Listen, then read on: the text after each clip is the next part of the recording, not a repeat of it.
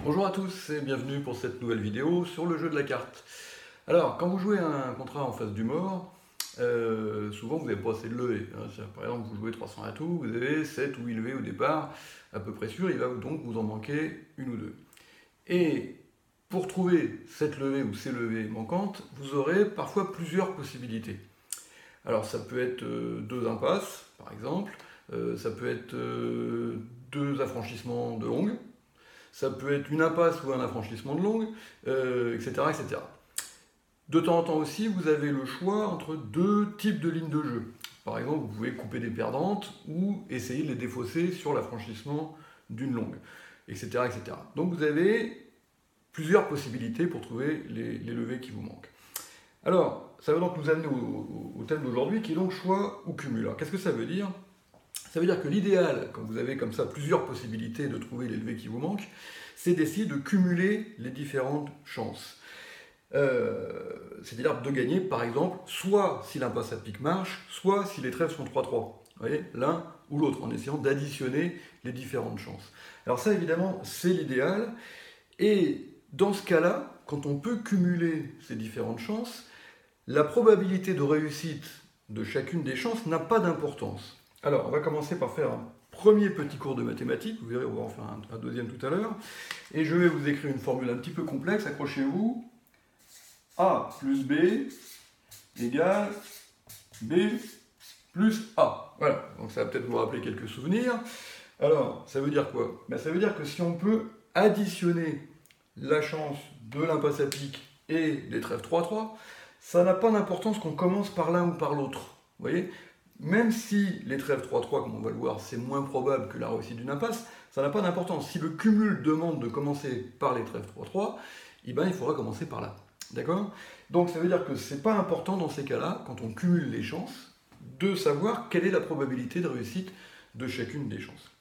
En revanche, lorsqu'on ne peut pas cumuler les chances, à ce moment-là, on va être obligé de choisir, de trancher. C'est-à-dire de se dire, je vais jouer soit sur l'impasse à pique, soit sur les trèfles 3-3, sans pouvoir additionner mes deux chances.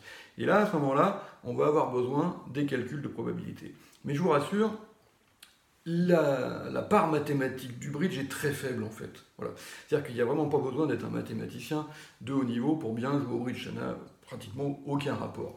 Il y a juste deux ou trois tout petits trucs qu'il faut connaître et qu'on va regarder maintenant. Alors,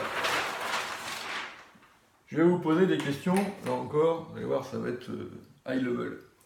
Quelle est la probabilité, en dehors de tout contexte évidemment, pas d'enchères, pas de machin qui pourrait vous donner une indication, de réussite d'une impasse? Bon, allez, bravo, une chance sur deux. Bon, je sais bien qu'en général, ça c'est pour les autres, pour vous c'est un peu moins, mais bon, pas grave. La probabilité de réussite de deux impasses, il faut réussir les deux. Ouais, bon, alors première, une chance sur deux, puis après il faut encore en réussir une autre, donc la moitié de ce qui reste. Ça fait donc une chance sur quatre. Allez. De réussir une impasse sur deux, c'est-à-dire qu'on va en tenter deux, on peut rater la première, c'est pas grave si on arrive à réussir la seconde. À ce moment-là, c'est 3 chances sur 4. Ouais. Le seul petit piège, vous pouvez piéger vos amis dans un dîner, c'est la probabilité de réussir 2 impasses sur 3. Je ne vais pas vous faire la démonstration parce que ça serait un peu long et fastidieux et pas très intéressant. Vous pourrez chercher vous-même pourquoi c'est comme ça. C'est de réussir 2 impasses sur 3. Alors en général, la plupart des gens à qui on pose la question répondent une chance sur 3. Bah non, pas de pause, c'est une chance sur 2.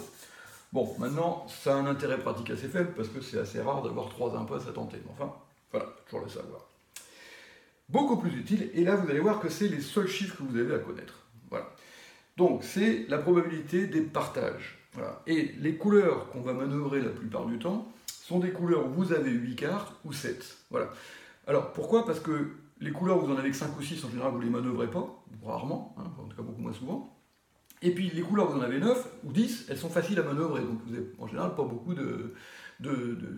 d'intérêt à connaître la probabilité de tel ou tel partage. Donc il faut juste connaître ça. C'est-à-dire quand vous avez 8 cartes et qu'il en manque 5, connaître la probabilité approximative, il n'y a pas besoin d'aller dans les virgules ou même au chiffre près, ça n'a pas d'intérêt, d'un partage 3-2 et d'un partage 4-1. Et quand on a 7 cartes, donc les adversaires en ont 6, d'un partage 3-3 et d'un partage 4-2. Voilà. Ça, c'est vraiment important à savoir. Et vous allez voir, c'est très simple. Parce que vous avez un moyen mnémotechnique pour vous en rappeler qui est très facile. La probabilité approximative d'un partage 3-2, c'est 2 sur 3. Bon, c'est pas tout à fait juste, hein, les vrais chiffres, c'est 68. Bon, alors 68, 66,5, on n'est pas loin. On n'a pas besoin de connaître des chiffres précis, c'est juste une approximation. Et un partage 4-1, c'est quand même une fois sur 4. Alors, c'est-à-dire qu'il faut arrêter de râler tout le temps sur les ordinateurs parce que les atouts sont mal partagés. Quand vous avez 8 cartes dans une couleur, vos adversaires en ont 5, et bien, si le partage est 3-2, 2 fois sur 3, ça veut dire qu'une fois sur 3, il n'est pas 3-2, donc 4-1 ou 5-0. Donc les atouts mal partagés, quand on en a 8, c'est banal, c'est normal que ça arrive tout le temps. Voilà, parce que ça va vous arriver, grosso modo, une fois sur 3. D'accord? Donc vous voyez, 3-2, 2 sur 3, 4-1, 1 sur 4. C'est facile à retenir. Maintenant, pour les partages, quand il y a 6 cartes dehors, là aussi, on va faire de l'approximation. 3-3, c'est à peu près une chance sur 3. Là encore, c'est pas tout à fait vrai, c'est 36. Mais c'est suffisamment proche pour que ce soit utilisable et facile à retenir. Et 4-2, 2 chances sur 4. Bon, c'est-à-dire une chance sur 2. Hein, bravo si vous avez fait le transfert. Voilà. Donc, ça, c'est donc des chiffres faciles à retenir. Et c'est ça qui va nous être intéressant, parce qu'il suffit de savoir qu'en gros, un partage 3-3, c'est moins probable qu'une impasse. Donc si on a le choix entre les deux et qu'on ne peut pas cumuler, il faudra choisir l'impasse. En revanche, un partage 3-2, c'est mieux qu'une impasse. Voilà, c'est la seule chose que vous avez besoin de connaître au niveau des mathématiques pour jouer au bridge et terminer première série nationale. Voilà, le reste, pas besoin. Ok, fin du cours de mathématiques. Alors maintenant, donc on va revenir sur l'idée de base. Donc le principe, quand vous avez plusieurs possibilités, c'est d'abord d'essayer de voir si vous pouvez cumuler vos chances. D'accord? Donc les additionner. Et très souvent, le timing, c'est-à-dire l'ordre dans lequel vous allez tester ces différentes chances, va être absolument fondamental. Vous ne pourrez pas les prendre dans n'importe quel ordre. Alors on va commencer par un exemple très simple. Vous jouez le contrat de 6 piques. Et vous avez 5 levées de pique, 4 levées de cœur, et pour l'instant 2 as. 5 et 4, 9, 10, 11. Donc il vous manque une levée. Et cette levée va provenir de la réussite d'une impasse. Or, vous avez 2 impasses possibles. Vous avez l'impasse forçante à carreau en partant de la dame, et vous avez l'impasse normale, je dirais, à trèfle, petit, vers la dame. D'accord? La probabilité de réussite de ces 2 impasses est strictement identique, c'est 50%. Il y a autant de chances d'avoir le roi de carreau là que le roi de trèfle là. Donc ça change pas au niveau des probabilités. Et pourtant, si vous voulez cumuler, il est très important de commencer par l'une et pas par l'autre. Alors, je vous laisse 3 secondes de réflexion. Vous allez me dire, une fois que vous aurez enlevé les atouts évidemment, si vous commencez par faire l'impasse à trèfle, donc petit vers la dame, ou si vous commencez par faire l'impasse à carreau en laissant filer la dame de carreau. Ça y est, vous avez trouvé? Bon. Donc il faut absolument commencer par l'impasse à trèfle. Voilà. Alors pourquoi par l'impasse à trèfle? Parce que si elle marche, vous perdez la main. D'accord? C'est-à-dire que le maniement des trèfles, c'est donc de jouer un petit vers la dame. Mais si elle fonctionne, c'est-à-dire que le roi de trèfle est là, il peut le mettre. Donc il fera la levée du roi de trèfle. Alors imaginons que vous commenciez par l'impasse à carreau. Si elle marche, vous avez gagné. Formidable. Mais si elle rate, il a fait la levée du roi de carreau, et donc maintenant vous ne pouvez plus gagner, puisque si vous réussissez l'impasse à trèfle, vous allez leur donner une deuxième levée, celle du roi de trèfle. Alors que dans l'autre sens, ça fonctionne. Vous commencez, donc en plein pique, bon, vous purgez les atouts en autant de tours qu'il en faut, ça n'a pas d'importance, et vous jouez un petit trèfle. Ailleurs, il ne faut pas tirer l'as, hein, parce que si vous jouez à 2 trèfles et trèfles, vous risquez de perdre 2 levées de trèfle si le roi est derrière. Donc vous jouez un petit trèfle. Alors, premier cas de figure, le roi est là. Il le met pas, c'est comme il veut. S'il le met, vous tablez votre jeu en disant je fais le reste. S'il ne le met pas, vous mettez la dame, vous faites la levée, et là vous essayerez même de faire 13 en faisant l'impasse à carreau. D'accord? Bon. Donc si le roi de trèfle est là, c'est définitivement gagné. Il met un petit, vous mettez la dame et pas de pot, le roi de trèfle est là. Mais là, vous n'avez pas encore chuté, parce que pour l'instant, ils n'ont fait qu'une seule levée. Voilà. Alors il va vous jouer n'importe quoi, cœur, trèfle, peu importe, ça n'a aucune espèce d'importance. Vous remontez au mort, et maintenant, vous pouvez laisser filer la dame de carreau. D'accord? Donc vous allez cumuler vos chances. Alors vous allez chuter évidemment si les 2 impasses ratent, si le roi de trèfle est là et le roi de carreau est là, mais vous allez gagner dès qu'il y en a une des 2 qui fonctionne. Alors que si vous commencez par l'impasse à carreau, vous ne pouvez pas vous rabattre sur l'autre possibilité. Voilà, donc ça c'est un exemple vraiment très très simple, mais qu'il faut bien comprendre évidemment parce que ça va avoir beaucoup d'incidence pour le reste. Alors, très souvent, alors on en a déjà parlé un petit peu dans une autre vidéo sur les maniements de couleurs, mais c'est pas inutile forcément d'y revenir. Ce principe de cumuler les chances va nous amener à manœuvrer des couleurs de façon un petit peu atypique. Si je regarde que les trèfles, ici, et votre but c'est évidemment de faire 4 levées. 3, vous êtes sûr de les faire. Bon. Donc, la meilleure chance de faire 4 levées, enfin, plutôt, vous avez 2 façons d'essayer de faire 4 levées. Soit vous tentez l'impasse, vous jouez le valet, si la dame est là, c'est gagné. Il la met pas, ça n'a pas d'importance. S'il la met, vous prenez, vous allez tout mettre. S'il la met pas, vous recommencez l'impasse. Bien. Donc ça, c'est une chance sur 2. Et puis l'autre possibilité, c'est de tirer As-Roi de trèfle. Bien. Alors, là encore, on va pas faire des calculs mathématiques compliqués, mais enfin, vous voyez bien que vos adversaires, ils ont 6 cartes, d'accord? La probabilité que la dame soit seconde, c'est-à-dire que le partage soit exactement 4-2, et que la dame soit du côté des 2 cartes, vous voyez bien que c'est pas très épais. Alors, très simple, bon, j'oublie la dame sèche, parce que ça, c'est pas, dans tous les cas, on la prend, il suffit de tirer là, avant de faire l'impasse, mais on va essayer de calculer rapidement, si vous voulez, la probabilité de la dame de trèfle seconde. C'est pas forcément inutile de vous apprendre à faire ce genre de calcul. Pour que la dame de trèfle soit seconde, il faut d'abord que les trèfles soient 4 d'un côté et 2 de l'autre. Bon, ça on a vu, c'est grosso modo, partage 4-2, 2 chances sur 4, vous vous rappelez? Bon, donc, une chance sur 2. Mais, maintenant, il faut que la dame, elle soit là. D'accord? Or, comme il n'y a que 2 cartes ici et 4 ici, vous voyez qu'il y a 2 chances sur 6, si vous voulez, que la dame soit du côté où il n'y en a que 2. Et puis 4 chances sur 6 qu'elle soit du côté où il y en a 4. Hein, c'est pas très compliqué. Bien. Donc, 2 chances sur 6, c'est une chance sur 3. Donc ça veut dire que la probabilité de la dame seconde, quelque part, à gauche ou à droite, c'est le tiers, hein, 2 sur 6 c'est un tiers, d'un demi. Alors là encore, on va faire des mathématiques. Un demi multiplié par un tiers, ça fait 1/6. Donc vous voyez bien que la dame de trèfle seconde, c'est une probabilité qui est faible. 1/6, en tout cas beaucoup plus faible que la réussite de l'impasse. Donc si je ne regarde que les trèfles, et que je veux faire 4 levées, il n'y a pas photo. Je tire l'as pour une dame sèche, très bien, je monte au mort et je pars du valet. Et puis si j'ai pas le pot de trouver la dame seconde derrière, ben je dis juste c'est la faute à pas de chance, ou la faute à l'ordinateur, ou la faute à qui vous voulez. D'accord?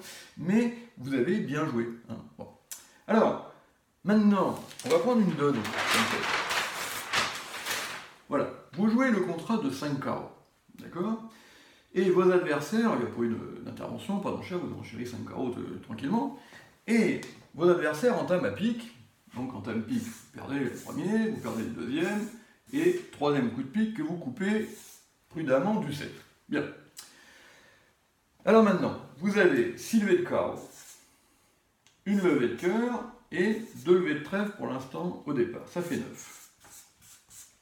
Donc il vous en manque 2. Et vous avez 2 couleurs qui peuvent procurer ces 2 levées. Les trèfles et les cœurs. D'accord? Alors, à cœur, il n'y a qu'une seule façon correcte de jouer cette couleur, c'est de faire ce qu'on appelle une expasse. Donc une expasse, c'est comme une impasse, mais par la coupe. Donc vous jouez la dame de cœur, bon, si le roi est là, il ne va pas le mettre, parce que quand il voit As valet 19, ça serait quand même pour une bonne idée. Vous prenez de l'As, et vous jouez le valet en espérant le roi ici. S'il le met, vous coupez. S'il ne le met pas, vous défaussez. D'accord? Bon. Donc s'il le met, vous coupez. Et du coup, vous avez libéré les 2 levées qui vous manquent ici, avec le 10 et le 9. D'accord? Alors bien entendu, il faudra essayer d'enlever les atouts et garder une reprise au mort pour aller chercher les cœurs. Ok? Bien. Alors, pour simplifier, vous coupez le 3e coup de pique, vous donnez 2 coups d'atout. Toc. Voilà. Et les atouts sont 2-2, comme ça, vous n'avez pas de soucis et pas de problème de ce côté-là. Bien. Alors donc, on a une première possibilité qui est l'expasse à cœur. Et on a une deuxième possibilité qui est de manœuvrer les trèfles. Bien. Alors on a vu, juste avant, que si je ne regarde que les trèfles, le maniement normal des trèfles, c'est l'impasse. C'est pas de tirer As-Roi. Et pourtant, sur cette donne, il faut tirer As-Roi. Alors, pour quelle raison? Si je fais l'impasse à trèfle, d'accord, et qu'elle rate, j'ai chuté, puisqu'ils auront déjà fait 3 levées. Et donc, je ne pourrai pas me rabattre sur les cœurs. Vous voyez, il n'y a pas de cumul, je prends qu'une seule chance, je mets tous mes œufs dans le même panier. D'accord? Alors que quand je tire As-Roi de trèfle, si la dame tombe, bon, je mets le valet ou pas, ça n'a pas d'importance, voilà, bon. Si la dame tombe, j'ai gagné, d'accord? Puisque j'ai tous mes trèfles maîtres et j'ai plus besoin des cœurs, d'accord? Et si la dame ne tombe pas, j'ai encore la chance de me rabattre sur l'expasse à cœur, c'est-à-dire que je joue la dame de cœur, pour l'As, et je joue le valet de cœur. Et la probabilité de réussite de cet expasse, d'accord, c'est 50%. Donc, en jouant comme ça, As-Roi de trèfle d'abord, As-Roi de trèfle en tête, je vais gagner soit si la dame de trèfle est seconde, alors, probabilité X, bon, on a vu tout à l'heure, c'était en gros une chance sur 6, mais peu importe, une probabilité X, d'accord? Même pas besoin de la calculer. Et puis, si la dame de trèfle ne tombe pas, je vais rajouter les 50% de l'expasse à cœur, qui, elle, est de 50%. Donc, cette ligne de jeu, je tire As-Roi de trèfle, et si la dame ne tombe pas, je fais l'expasse à cœur, va me donner une probabilité de gain de 50% pour l'expasse à cœur, plus X, d'accord, qui est la dame de trèfle seconde. Ok? Alors que si je fais l'impasse à trèfle, je le mets là, j'ai 50% de réussite de l'impasse à trèfle, et puis c'est tout, parce que je ne peux pas rajouter les cœurs. Vous voyez? Puisque si ça rate, j'ai chuté, dans les 50% où la dame de trèfle est ici. Alors, là encore, à faire des mathématiques un petit peu complexes, 50 comparé à 50 plus x, eh bien, on s'aperçoit que 50 c'est plus petit que 50 plus x, dès lors que x n'est pas égal à 0. Bien. Ça vous va? Voilà, vous voyez, c'est pas des mathématiques bien compliquées. Bon. Donc, ça veut dire que l'idée, c'est toujours d'essayer de cumuler les chances.